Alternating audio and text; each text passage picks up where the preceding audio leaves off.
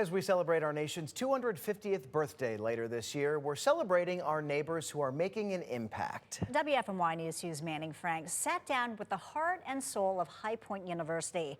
President Dr. Nido Qubein shares his journey to achieving the American dream.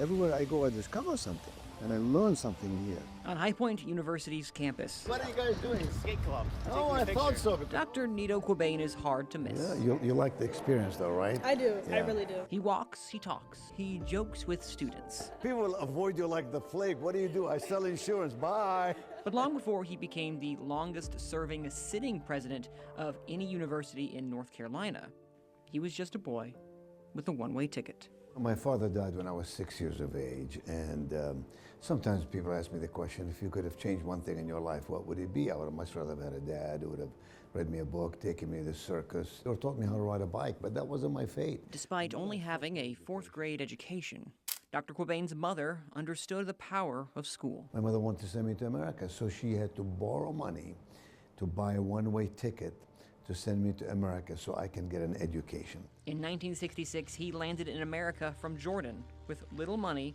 and a lot of uncertainty. I was homesick. I was lonely. I was broke. I could hardly speak the language well. I landed in eastern North Carolina. Those people couldn't understand me, and more importantly, I couldn't understand them. Still, he pressed on while attempting to get his bachelor's at Mount Olive College, pouring into his studies day and night.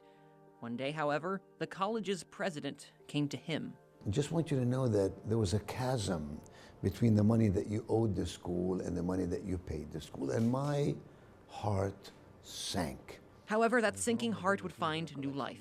An anonymous donor had paid every last cent he owed. That's a moment when I began to grow up and understand that there's more to life than success. There's something called significance, impact, caring. In 2005, Qubein took over a university he says was struggling. He didn't plan on making it his next chapter. I didn't want to be president of a school. That was never on my dream list or my wish list. He thought he would stay 2 years. Within a few months, I fell in love with the reason for an institution of higher learning. And today, Dr. Qubein says the American dream is still very much alive, but it must be defined personally. It's not about having the big house on the hill with a nice car in the driveway or excessive amounts of money in the bank. American dream is about the achievement of one's own goals. From a 17-year-old trying to make it to a leader. Wow. Still walking campus. You were born for a reason. You were born to be extraordinary. Looking for what comes next. Here in High Point, I'm Manning Franks, WFMY News 2.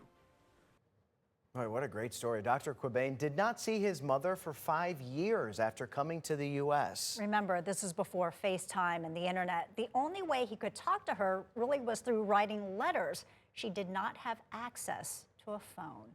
You can watch the full sit-down interview tomorrow morning at 10 o'clock on WFMY Plus. Download it on your TV and watch for free.